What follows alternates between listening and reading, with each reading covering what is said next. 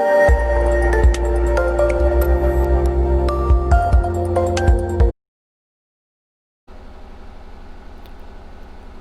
Everyone, जय हिंद। दोस्तों, स्वागत है आप सभी का आपके अपने यूट्यूब चैनल सर्वोदय गुरुकुल में। दोस्तों, आज की इस वीडियो में हम बात करेंगे बुद्धि चैप्टर के महत्वपूर्ण 15 प्रश्नों के बारे में, जो कि आपके एग्ज़ाम में कहीं ना कहीं यहाँ से 5 प्रश्न देखने को मिल सकते हैं और आपके 5 नंबर यहाँ से पक्के हो सकते हैं। ये आपके जो 5 प्रश्न हैं या तो सीटेट या टेट में हो सकते हैं या सुपर टेट में। तो इस प्रकार के जहाँ पे प्रश्न दे रखे हैं, कहीं ना कहीं आपके एग्ज़ाम में कई बार पूछे जा चुके हैं, उन्हीं प्रश्नों को यहाँ पे दिया गया है। तो देर ना करते हुए आइए देखते हैं पहला प्रश्न यहाँ पे, जो कि पहला प्रश्न दे रखा है, बुद्धि का वैज्ञानिक मापन सर्वप्रथम किसने प्रारंभ किया। तो आपको मालूम होगा, बुद्धि का वैज्ञानिक मापन की बात करते हैं तो इसका राइट आंसर हो जाएगा ऑप्शन नंबर 2 यानी कि बिने। अगर आपको बात करें, अगर आपसे पूछे जाए कि बुद्धि शब्द का प्रयोग सबसे पहले किसने किया था, तो आपको बताना होगा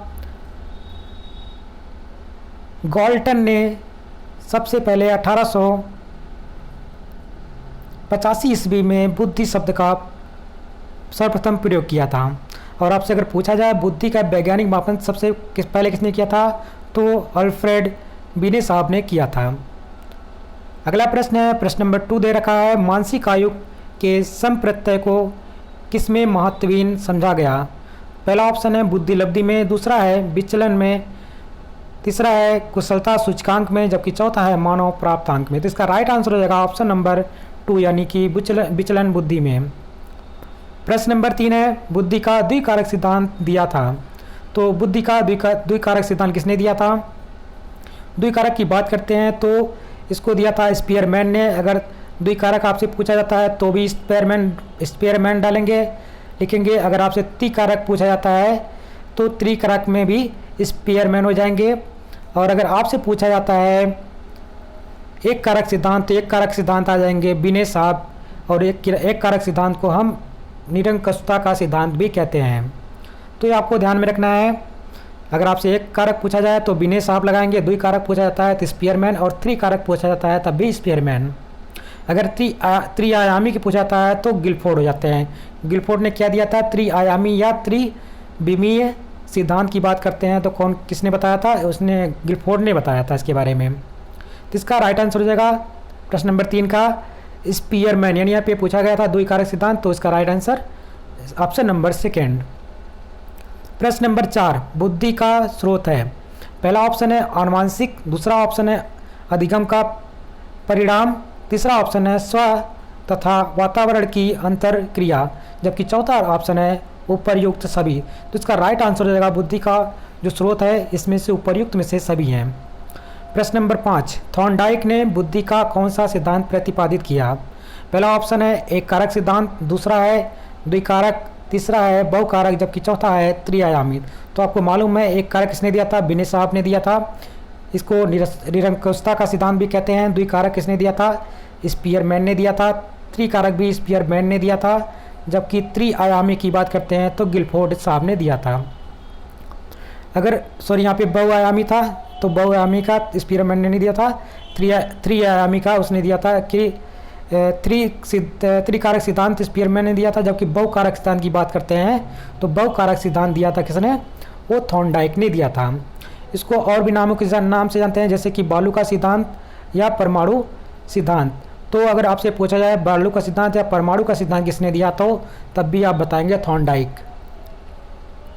अगला प्रश्न है, बुद्धि लब्धि शब्द का जनक कौन है। यहाँ पे आप पूछा गया शब्द की बात करता है, तो शब्द अगर की बात करें तो हम किस पे जाएंगे, टिक मारेंगे ऑप्शन नंबर 4 पे, यानी कि विलियम स्टर्नर। अगर यहाँ पे मापन शब्द लग जाता है, बुद्धि शब्दी लब्धि मापन, तो आप लगाएंगे टर्मन। लेकिन यहाँ पे मापन नहीं पूछा गया है, यहाँ पे बुद्धि लब्धि शब्द की बात की गई है, तो आपका ऑप्शन जाएगा ऑप्शन नंबर 4 के साथ, यानी कि विलियम स्टर्नर के साथ। प्रश्न नंबर 7 है, बुद्धि लब्धि सूत्र पूर्ण रूप से किसने दिया। अब बुद्धि लब्धि सूत्र की बात करते हैं, यानी कि जो आपका होता है IQ बराबर क्या होता है, मानसिक आयु अपान वास्तविक आयु इंटू 100, यानी जब 100 यहाँ पे मल्टीप्लाई हो जाता है तो उसका जो पूर्ण रूप से सूत्र किसने दिया था, तो उसका दिया था पूर्ण रूप से सूत्र टर्मन साहब ने। तो इसका राइट आंसर हो जाएगा ऑप्शन नंबर फर्स्ट। अगला प्रश्न है प्रश्न नंबर 8, गिलफोर्ड ने बुद्धि का कौन सा आयाम नहीं बताया। तो गिलफोर्ड को मालूम है इन्होंने त्रिआयामी सिद्धांत दिया था, जो सक्रियता, विषय वस्तु और उत्पाद है। जबकि ये दूसरा वाला है मूल्यांकन, इन्होंने नहीं बताया था। तो हम कह सकते हैं गिलफोर्ड ने बुद्धि का जो मूल्यांकन का आयाम है वो नहीं बताया है, यानी कि इसका राइट आंसर इसमें जोड़ जाएगा ऑप्शन नंबर सेकेंड। अगला प्रश्न है, एक बालिका की मानसिक आयु 10 वर्ष है और वास्तविक आयु 8 वर्ष है, तो बालिका की बुद्धि लब्धि कितनी होगी। तो हमको मालूम है IQ इक्वल टू क्या होता है, मानसिक आयु अपान वास्तविक आयु, वास्तविक आयु इंटू 100। मानसिक आयु कितना दे रखा है, 10 दे रखा है, और वास्तविक आयु 8 वर्ष, और इसको 100 से मल्टीप्लाई कर देंगे, काट देंगे, 4 दूना 8, 4 दूना 8, 4 पच्चे 20। यहाँ पे क्या बचा 2, यहाँ से 2 पंचे 10, यानी 5 गुणे 25, 5 को 125 में 5 को 25 से गुणा कराएंगे कितना हो जाएगा 125। तो इसका राइट आंसर हो जाएगा ऑप्शन नंबर 4, यानी कि 125 किस में आ रहा है, ऑप्शन नंबर 4 में। प्रश्न नंबर 10, एक बालक की मानसिक आयु 6 वर्ष है, 6 वर्ष से बढ़कर 8 वर्ष हो जाती है, उसकी वास्तविक आयु 10 वर्ष है, तो बालक को आप किस श्रेणी में रखेंगे। तो आइए देखते हैं IQ इक्वल टू पहले क्या होता है, मानसिक आयु अपान वास्तविक आयु गुणे 100। मानसिक आयु कितना हो गया है, 8 वर्ष हो गई है। उसके बाद वास्तविक आयु 10 वर्ष गुणे 100, यानी कि 1 जीरो कट जाएगा, बचेगा यहाँ पे 10, 10 गुणे 8 यानी कि 80 आ जाएगा। तो हमको मालूम होता है जो 70 से 80 के बीच में जो रहता है, 70 से 80 के बीच में किस प्रकार के बालक आते हैं, वो मंद बुद्धि के बालक आते हैं। हम जड़ बुद्धि लगा नहीं सकते हैं, मूर्ख बुद्धि लगा नहीं सकते हैं, मूढ़ बुद्धि हो नहीं सकता है। तो 70 से 80 के बीच में आपके आते हैं मंद बुद्धि बालक। और अगर हम 80 से 120 की बात करते हैं तो ये आपके सामान्य बालक आते हैं। 120 से 140 से आपके तीव्र बालक आते हैं। तो 140 से ऊपर जो होते हैं यहाँ पर प्रखर होते हैं या जीनियस आपके कहलाते हैं। तो कहीं ना कहीं इसमें इसका राइट आंसर रहेगा ऑप्शन नंबर, अगर 70 के 80 के बीच में आए तो आप कहेंगे मंद बुद्धि, यानी कि option number 3 is the right answer हो जाएगा। बुद्धि का विकास पूर्ण हो जाता है, तो किस अवस्था में बुद्धि का विकास पूर्ण हो जाता है। तो हमको पता होता है किशोरावस्था में जो बुद्धि का विकास होता है वो पूर्ण हो जाता है। तो किशोरावस्था की आयु कितनी होती है, वो 12 से लेकर के 18 वर्ष के बीच में होती है।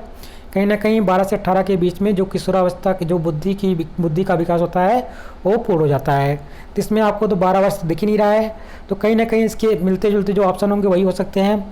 तो पहला ये तो 10 हो गया, तो ये तो हो नहीं सकता है। ये 17 हो गया, ये भी नहीं हो सकता है। 2 पहले कट गए, अब बचे 2, 16 से 18 वर्ष और 14 से 16 वर्ष। तो इसके जो आसपास ज़्यादा कौन है, इसके आसपास पहला वाला ज़्यादा है। तो इसका जो राइट आंसर हो जाएगा ऑप्शन नंबर फर्स्ट, यानी कि 14 से 18 वर्ष के बीच। प्रश्न नंबर 12, समान जुड़वा बालकों में सहसंबंध गुणांक का मान होता है। तो अगर सहसंबंध गुणांक की बात करता है तो उसका राइट आंसर रहेगा ऑप्शन नंबर 4, यानी 0.90। ये आपका समान जुड़वा बालकों में सहसंबंध गुणांक का मान होता है। अगर आपसे पूछा जाता है कि सहसंबंध यानी कि जो जुड़वा बालकों पर प्रयोग किसने किया, तो 2 वैज्ञानिक थे, एक तो फ्रीमैन और एक न्यूमैन। इन्होंने जुड़वा बालकों पर अध्ययन किया था। इनका नाम है फ्रीमैन और न्यूमैन। अगर आपसे पूछा था जुड़वा बालकों पर अध्ययन किसने किया था तो आपको बता सकते हैं फ्रीमैन ने किया था और न्यूमैन ने किया था। प्रश्न नंबर 13, बुद्धि परीक्षण की आवश्यकता है। पहला है विषय के चयन में, दूसरा है कक्षाओं के निर्माण की दृष्टि में, तीसरा है पाठ्यक्रम के चयन में, चौथा है सभी दृष्टि से। तो इसका राइट आंसर हो जाएगा सभी, यानी कि ऑप्शन नंबर 4। प्रश्न नंबर 14, अशाब्दिक सामूहिक परीक्षण है। तो अशाब्दिक की बात करते हैं तो ये पहला था आर्मी अल्फा परीक्षण, ये लिटरेट लोगों के लिए किया गया था, जो शिक्षित थे उनके लिए किया गया था। जबकि जो बीटा परीक्षण हुआ था वो इलिटरेट यानी कि जो पढ़े लिखे थे और जो नहीं पढ़े लिखे थे दोनों के लिए। तो कहीं ना कहीं अशाब्दिक यानी कि नॉन वर्बल की बात कर रहा है। तो नॉन वर्बल जो हमारे परीक्षण होते हैं वो बीटा परीक्षण के अंतर्गत आते हैं। तो इसका राइट आंसर हो जाएगा ऑप्शन नंबर बी। प्रश्न नंबर 15, जलोटा ने परीक्षण किया था। तो जलोटा ने कौन सा परीक्षण किया था? तो जलोटा ने सामूहिक बुद्धि परीक्षण किया था। तो इसका राइट आंसर हो जाएगा ऑप्शन नंबर सेकंड। दोस्तों अगर आपको ये वीडियो अच्छी लगी है तो उसको आप लाइक कर दीजिएगा। अगर चैनल पे नए हैं तो चैनल को सब्सक्राइब कर दीजिएगा और ये वीडियो को अपने दोस्तों के साथ शेयर कर दीजिएगा। मिलते हैं अगले वीडियो में, तब तक के लिए जय हिंद, वंदे मातरम, थैंक यू।